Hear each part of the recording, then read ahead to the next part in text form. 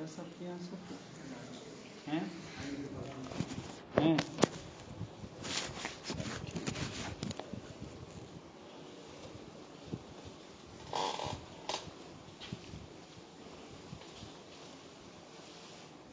ابھی ذرا سا روکو، ذرا سا بھی روک لو۔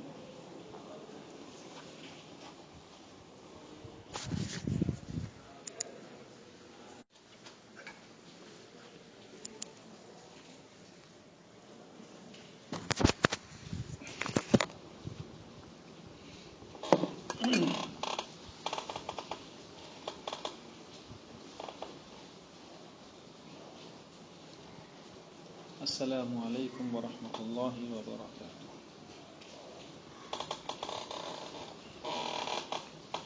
بسم اللہ الرحمن الرحیم۔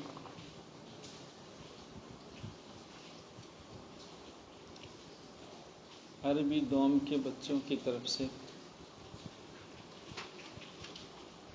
اپنا کوئی تعصب، کیا آپ بحث کو سمجھ رہے ہیں؟ دو تین روز سے ایک بات سمجھانے کی ہم کوشش کر رہے ہیں، آپ کی سمجھ میں آ رہی ہے، نہیں آ رہی ہے، مشکل ہو رہا ہے، اس کی کوئی اطلاع نہیں ہے۔ ویسے ہم امید کرتے ہیں کہ ایک ہی مسئلے کو بار بار اور کئی طرح سمجھانے کی کوشش کی ہے، اس لیے آپ کو اطمینان تو ہوا ہی ہوگا۔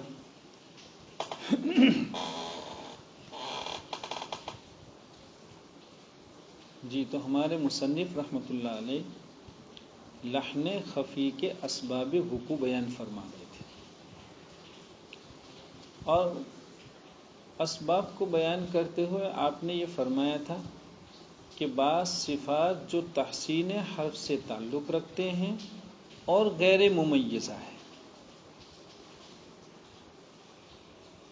گزشتہ کل ہم نے سمجھا کہ شراح میں سے ایک جماعت تو وہ ہیں جو یہ کہہ رہی ہے کہ مصنف رحمۃ اللہ علیہ نے لحن خفی کے اسباب میں دو باتیں فرمائی اور دو چیزوں کو لحن خفی کا سبب قرار دیا۔ نمبر ایک، صفات عارضہ محسنہ میں غلطی کرنا، یہ لحن خفی۔ نمبر دو، اور غیر ممیزہ ہے، یعنی صفات لازمہ غیر ممیزہ، ان میں غلطی کرنا ہے۔ دوسرا طبقہ وہ ہے جو کہہ رہا ہے کہ نہ، اس پوری عبارت میں لحن خفی کا ایک ہی سبب بیان ہوا، اور وہ ہے صفات عارضہ محسنہ میں غلطی کرنا، بس۔ ان سے پوچھا کہ پھر غیر ممیزہ ہے، اس کا کیا معنی؟ عبارت میں جو یہ کہا گیا اور غیر ممیزہ ہے، یہ اگر ادا نہ ہو تو اس غیر ممیزہ کا کیا معنی؟ تو انہوں نے کہا کہ جو بات بعض صفات تحسین حرف سے تعلق رکھتے ہیں اس میں کہی گئی تھی، اسی کو کہنے کے لیے ایک نئی تعبیر اور ایک دوسرا لفظ لائے، غیر ممیزہ۔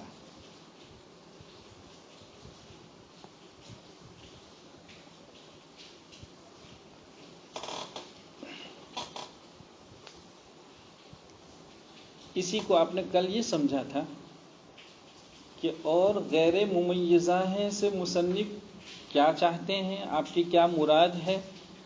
تو بعض شراح نے کہا کہ لازمہ غیر ممیزہ، تو بعض شراح نے کہا کہ نہیں، عارضہ غیر ممیزہ، عارضہ غیر ممیزہ۔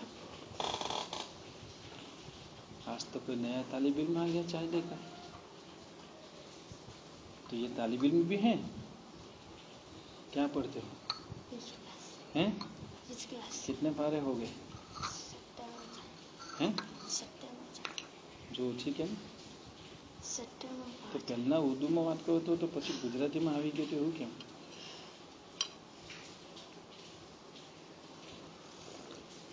الحمدللہ۔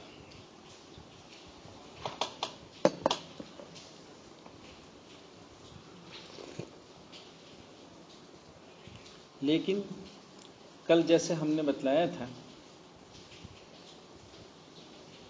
کہ صفات عارضہ محسنہ صرف اسی کو لحن خفی کا سبب کہنا کہ اس میں غلطی کرنا لحن خفی ہے، یہ کچھ وجہ سے صحیح نہیں ہے۔ جن شراح نے غیر ممیزہ سے عارضہ غیر ممیزہ مراد لیا ہے،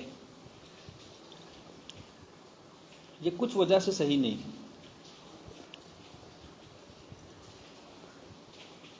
کیا کیا کہ اگر لحن خفی کا ایک ہی سبب ہے صفات عارضہ محسنہ میں غلطی کرنا، تو ہم نے جو غلطی کل سنی الخائبین کی جگہ الخائبین، کیا یہ غلطی صفات عارضہ محسنہ کی تھی؟ یہ تو استعلاء کی غلطی تھی، اور وہ تو صفت لازمہ ہے۔ تو یہ کہنا کہ صرف صفات عارضہ محسنہ میں غلطی کرنا یہی ایک سبب ہے لحن خفی کا، تو ہم نے جب الغائبین کی جگہ کسی نے پڑھا کیا الغائبین، غا کی جگہ پڑھا الغا، خا کی جگہ پڑھا کیا الخا، تو یہ غلطی کیا ہے؟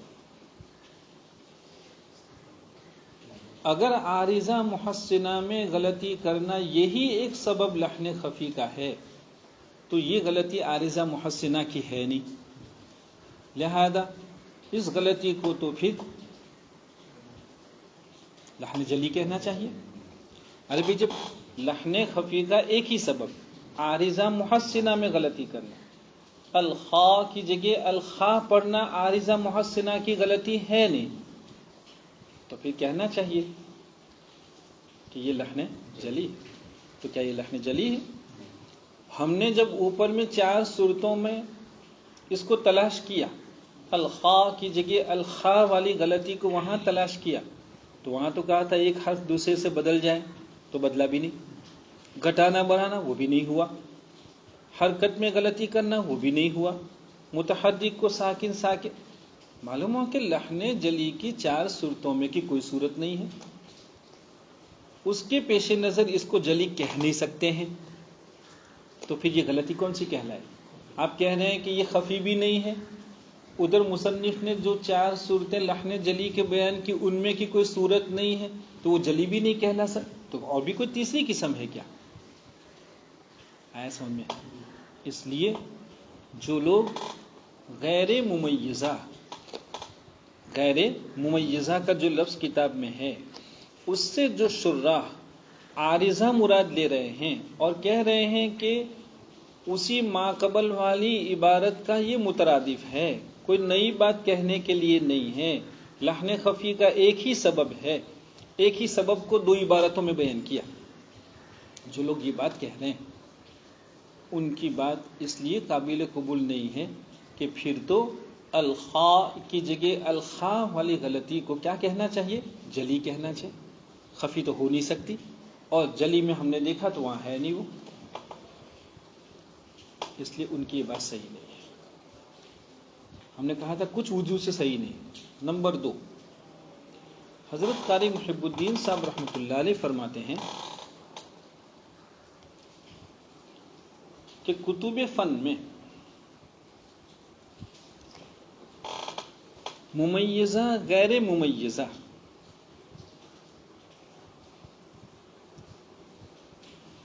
یہ لازمہ کی قسم تو ہے، یعنی لازمہ کی 2 قسم کے طور پر کتابوں میں لکھا ہے کہ صفات لازمہ کی 2 قسم ہے، لازمہ ممیزہ اور لازمہ غیر ممیزہ،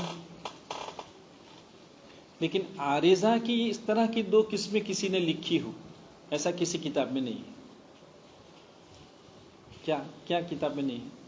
عارضہ ممیزہ، عارضہ غیر ممیزہ، ایسی کوئی کسی کتاب میں نہیں ہے۔ ممیزہ ہونا غیر ممیزہ ہونا یہ صرف قسم ہے لازمہ کی، عارضہ کی کوئی قسم ہی نہیں ہے، اور یہ حضرات کہہ رہے ہیں کہ غیر ممیزہ سے مراد کیا؟ عارضہ غیر، تو عارضہ غیر ممیزہ جب ہے ہی نہیں کتابوں میں تو کہاں سے نئی تقسیم نکالی؟ 2 باتیں۔ سمجھ میں آ رہا ہوگا؟ یہ بات یہ رد کن پر ہو رہا ہے؟ جو لوگ غیر ممیزہ سے عارضہ غیر ممیزہ مراد دے رہے ہیں ان پر گفتگو ہو رہی کہ جب ارباب فن نے ممیزہ ہونا غیر ممیزہ ہونا یہ لازمہ ہی کے ساتھ خاص کیا ہے، تو اب آپ اس کو عارضہ کے ساتھ کیسے لگا رہے ہیں؟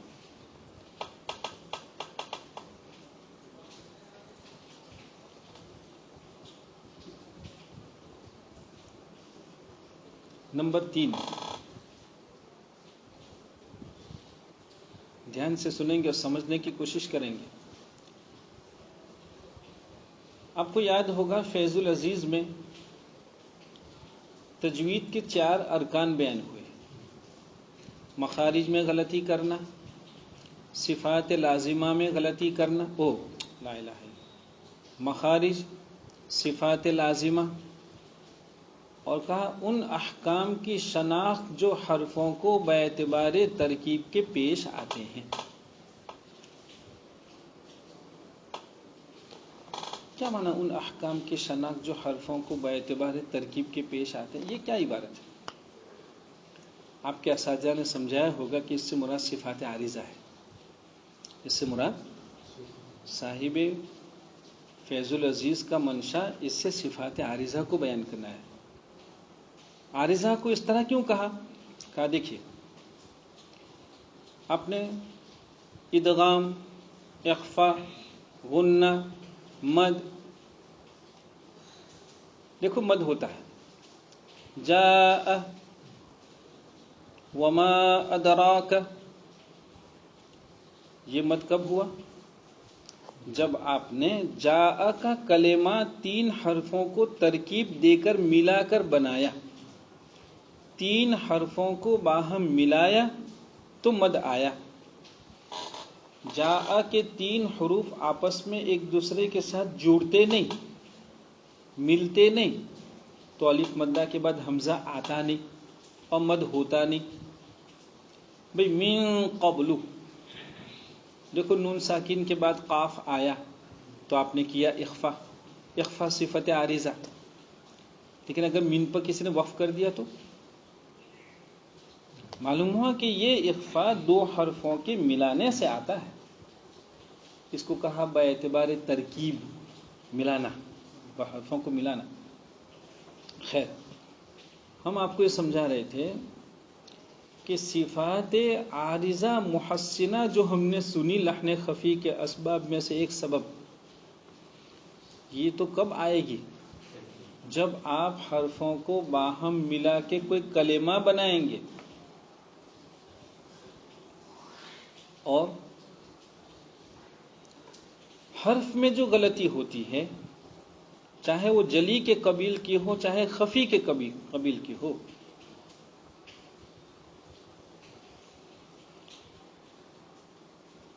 وہ اکیلا جب کوئی حرف کہیں گے تب بھی لحن جلی ہوگی۔ مثال کے طور پر قاف، اس کی جگہ کسی نے پڑھا کیا؟ کاف، قاف کی جگہ کسی نے پڑھا کاف، کون سی غلطی؟ جلی، لحن خفی۔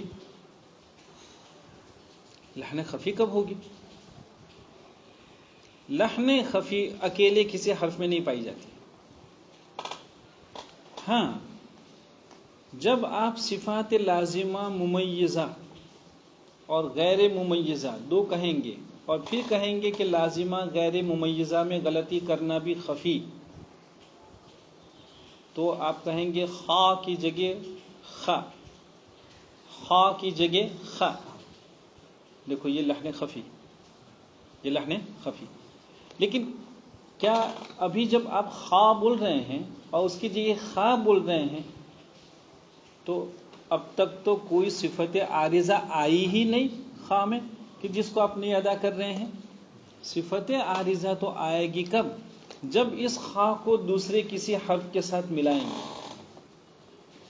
معلوم ہو کہ عارضہ کا وجود حرفوں کی ترکیب سے آتا ہے، اور ہم جو غلطی ابھی کہہ رہے ہیں وہ ترکیب پر موقوف نہیں، حرف مفردات میں ہوتا ہے تب بھی جلی ہوتی ہے خفی ہوتی ہے، حرف مرکبات میں ہوتا ہے، حرف جب مرکبات میں ہوتا ہے تب بھی جلی ہوتی ہے، تب بھی خفی ہوتی ہے۔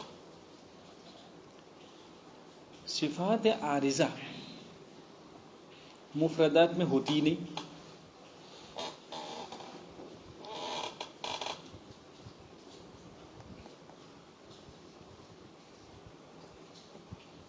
عربی دوم کے بچوں کے لیے شاید یہ تھوڑا سا مشکل ہو اس بات کو سمجھنا، کوئی بات نہیں، پہلی دو باتیں یاد رکھیں۔ کیا دو باتیں کہی کہ اگر ہم غیر ممیزہ سے عارضہ غیر ممیزہ مراد لیں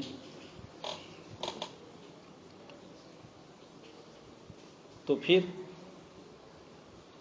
لحن خفی کا ایک ہی سبب ہوگا، عارضہ محسنہ میں غلطی کرنا، چاہے عارضہ محسنہ کے یا چاہے عارضہ غیر ممیزہ کا ہے، ایک ہی بات ہے۔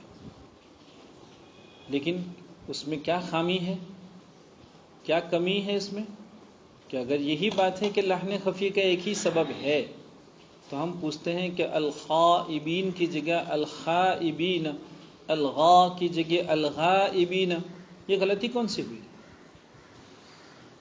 جو لوگ لحن خفی کا ایک ہی سبب کہہ رہے ہیں وہ سبب یہاں ہے نہیں، ان کو لا محالہ کہنا پڑے گا یہ جلی، اور جلی کی جو 4 صورتیں بیان ہوئی وہاں اس میں کی کوئی صورت ہے نہیں، اس لیے ان کی یہ بات صحیح نہیں ہے۔ نتیجہ کیا نکلا؟ نتیجہ یہ نکلا کہ لحن خفی کے 2 سبب ہیں، عارضہ محسنہ میں غلطی کرنا اور لازمہ غیر ممیزہ میں غلطی کرنا۔ ہو سکتا ہے 2 روز ہو گئے تو آپ لازمہ غیر ممیزہ شاید یاد نہ رکھ پائے ہوں، تو پھر ایک مرتبہ بتلا دیں آپ کو۔ دیکھیے خا غین، یہ 2 حرف ایسے ہیں کہ ان کا مخرج ایک، پھر بھی ہم دونوں کی آواز ایک دوسرے سے الگ دیکھ رہے ہیں، یہ کس کی وجہ سے ہے؟ صفات کی وجہ سے۔ ہم نے دیکھا کہ خا میں جو صفات پائی جاتی ہیں صفات لازمہ، خا اور غین میں جو صفات لازمہ پائی جا رہی ہیں تو کچھ وہ ہیں جو دونوں میں ہے، کچھ وہ ہیں جو ایک میں ہے دوسرے میں نہیں ہے۔ جو دونوں میں ہو اس کو کہا جائے گا لازمہ غیر ممیزہ، جو ایک میں ہو دوسرے میں نہ ہو اس کو کہا جائے گا لازمہ ممیزہ۔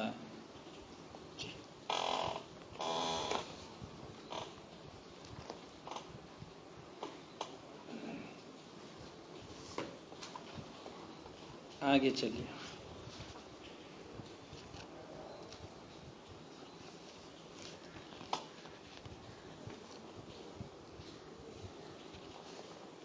فرما رہے ہیں یہ اگر ادا نہ ہو، 2 چیزیں ادا نہ ہو، عارضہ محسنہ میں کی کوئی صفت ادا نہ ہو ایک، لازمہ غیر ممیزہ میں کی کوئی صفت ادا نہ ہو، تو خوف عقاب اور تہدید کا ہے، اندیشہ ہے کہ اللہ تعالیٰ کی اس کی گرفت ہو جائے، اس کی تنبیہ ہو جائے، یہ معنی ہے خوف عقاب اور تہدید کا۔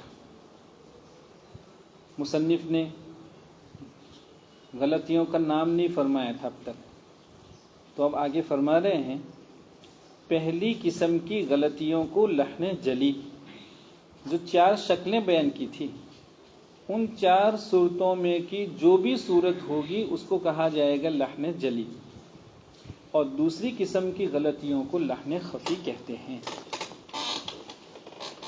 دوسری قسم کی غلطیوں کو مانا 2 چیزوں میں غلطی کرنا، عارضہ محسنہ اور لازمہ غیر ممیزہ میں غلطی کرنا، تو یہ لحن خفی ہے۔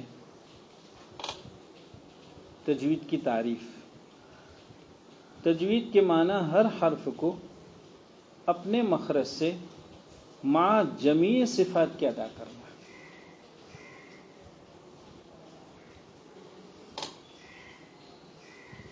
وہاں جمعی صفات کیا مانا؟ صفات دو طرح کی ہے، صفات لازمہ اور صفات عارضہ.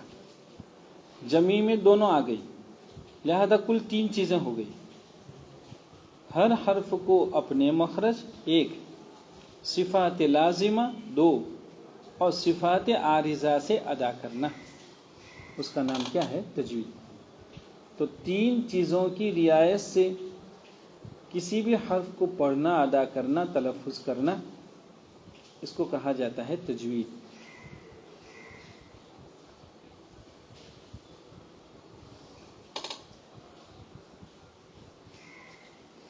یا آپ دوسرے لفظوں میں کہیے، تجوید 3 چیزوں کا نام ہے. تجوید میں 3 قسم کے مسائل سے بحث ہوتی ہے. تجوید کی درسگاہوں میں 3 چیزیں سمجھی سمجھائی جاتی ہیں.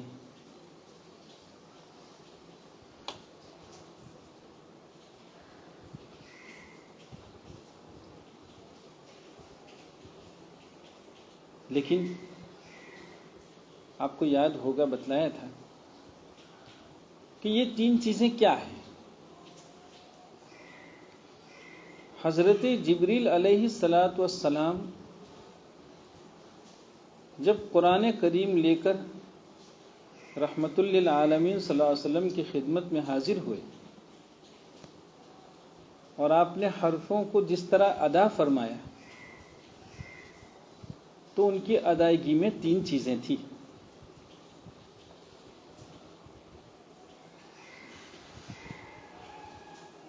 وہ حرفوں کو مخارج سے ادا فرما رہے تھے،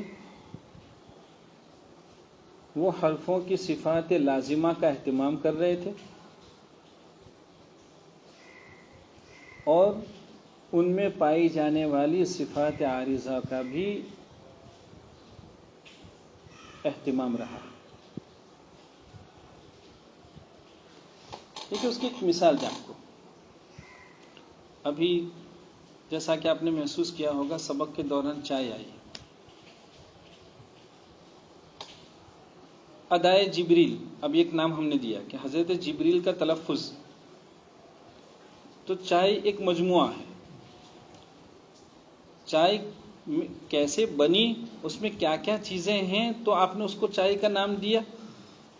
تو کہا اس میں دودھ تھا، پانی تھا، چائے پتی تھی، اس میں کچھ چینی تھی، اور بھی اگر اس کو تھوڑا سا اور ذائقہ دار بنانا ہے تو کچھ مصالحے اس میں پڑتے ہیں، پھر اس کو پکایا جاتا ہے. دیکھو اتنی چیزوں سے چائے بنی. حضرت جبریل کا تلفظ اتنی چیزوں سے بنا تھا. کتنی چیزوں سے؟ 3 چیزیں تھیں. معلوم ہو چائے میں اتنی چیزیں، تلفظ جبریل میں اتنی چیزیں تھیں.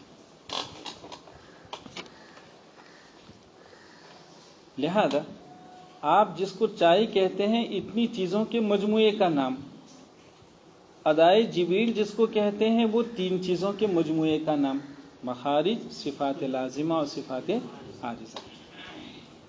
اس لیے آپ بچوں نے اپنے اساتذہ کرام سے تجوید کی تعریف میں یہی پڑھا ہوگا کہ حضرت جبریل علیہ الصلاۃ والسلام کی ادا کے مطابق ادا کرنے کا نام تجوید.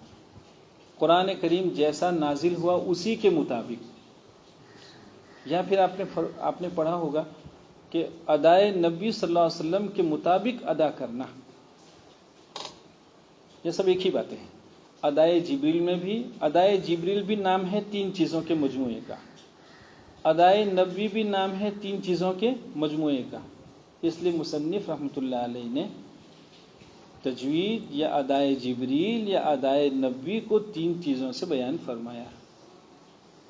موضوع، اس کا موضوع حروف تہجی، الف سے لے کر یا تک کے 29 حروف، یہ تجوید کا موضوع ہے. یعنی قاری کی محنت کا یہ محور ہے. قاری کی محنت انہی 29 حرفوں پہ ہوا کرتی.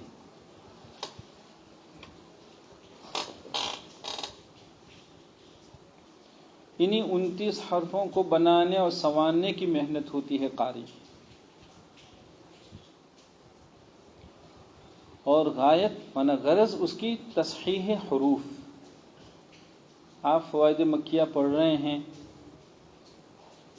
رات میں آپ مشق کرتے ہیں، اپنے اساتذہ کو سناتے ہیں، یہ ساری محنتوں کا منشا کیا، کیوں کر رہے ہیں آپ یہ؟ تاکہ آپ کی زبان سے جو حروف قرآنیہ تلاوت ہوں وہ صحیح صحیح تلاوت ہو۔ آپ حروف قرآنیہ کو جب پڑھیں تو اس کی ادا صحیح ہو۔ جو لوگ ایسی محنت نہیں کرتے ہیں وہ بھی قرآن کریم پڑھتے ہیں لیکن ان کے حروف صحیح نہیں ہوا کرتے۔ اس لیے فرمایا کہ تجوید پڑھنے کی غرض کیا ہے؟ تاکہ حروف صحیح ہوں۔ خوش الحانی کا حکم، اور خوش آوازی سے پڑھنا امر زائد مستحسن ہے۔ پہلے تو خوش آوازی، خوش آوازی کیا چیز ہے؟ خوش آوازی دو چیزوں کا نام، عمدہ گلا، خوبصورت آواز، ایک عمدہ گلا ہی کے لیے دوسرا لفظ مترادف، خوبصورت آواز اور جاذب لہجے۔ جاذب لہجے سمجھ میں آیا؟ عربی دوم کے بچوں کو اگر جاذب لہجے سمجھ میں نہیں آئے تو کیا مانا؟ ایسا لہجہ کہ نہ چاہنے کے بعد بھی ہمارا کان اس لہجے کو سننے کے لیے چلا جائے، اس کا شوق پیدا ہو۔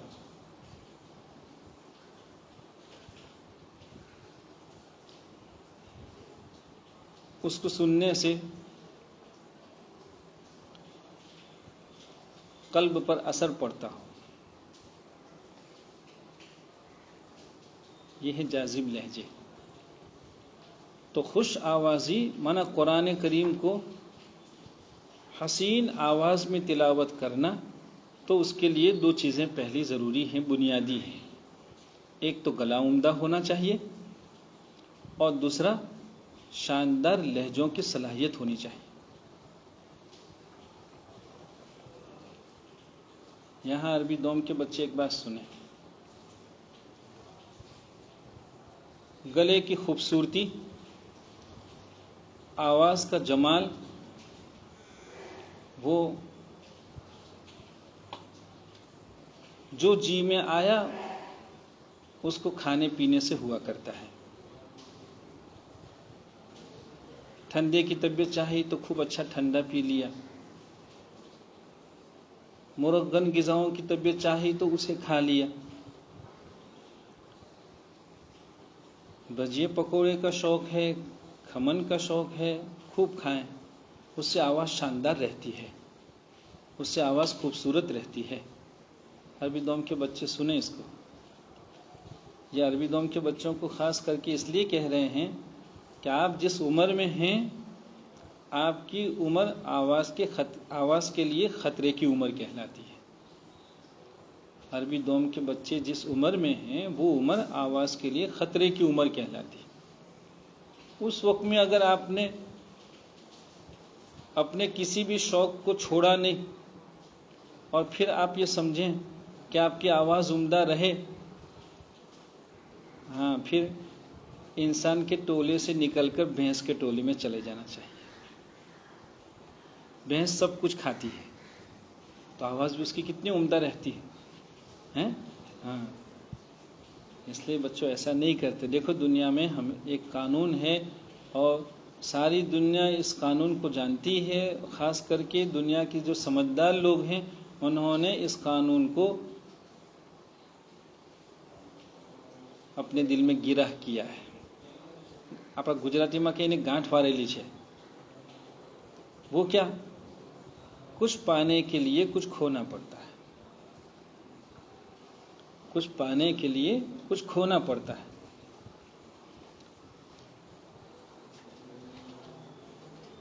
اپنے کچھ شوق کو ابھی قربان کر دیں. خیر، تو ہم یہ کہہ رہے تھے کہ خوش آوازی وہ دو چیزوں سے عبارت ہے. آپ جن کی قرات کو بہت اچھا خیال کرتے ہیں، جن کو سننے کا شوق رکھتے ہیں، اگر ان کی اس قرات کا مطالعہ کریں تو اس میں دو چیزیں آپ کو ملے گی. ایک خوبصورت آواز اور دوسرا جاذب لہجے. یہ ہے خوش آوازی. مصنف رحمۃ اللہ علیہ کیا فرما رہے ہیں؟ اچھا، ہم یہ کہہ رہے تھے کہ آواز تو خوبصورت رہے گی، کس سے؟ احتیاط سے. یہ الگ بات ہے کہ اللہ تعالیٰ نے اپنی حکمت سے اس کی اپنی قدرت ہے، وہ مختار ہے، وہ اپنی حکمت سے نعمتوں کو تقسیم فرماتے ہیں. کسی کو کوئی گلا اچھا دے دیا، کسی کو رنگ اچھا دے دیا، کسی کو صحت بہت اچھی دے دی، کسی کو حافظہ بہت اچھا دیا، کسی کو زبان بہت عمدہ دی. تو اللہ کی تقسیم ہے. تو یہ ہو سکتا ہے کہ کسی کے حصے میں بہت اچھی آواز نہ آئی ہو، یہ ہو سکتا ہے، لیکن اس کو بھی یہ سمجھنا ہے کہ جو کچھ آواز ہے کم از کم اسی کو سنبھالیے. جو کچھ آواز قدرت نے آپ کے حصے میں کی ہے کم از کم اسی کو سنبھالیے. جاذب لہجے کیا چیز ہے؟ دیکھیے، آواز تو رہتی ہے حفاظت سے. جاذب لہجے کیسے آئیں گے؟ کثرت سماع سے آتے ہیں. وہ آتے ہیں کثرت سماع. جن لوگوں کو قدرت نے بہت اچھے لہجوں کی صلاحیت دی ہے، ان کو بہت سننے ہی سے لہجوں کی صلاحیت پیدا ہوتی ہے. کثرت سماع سے.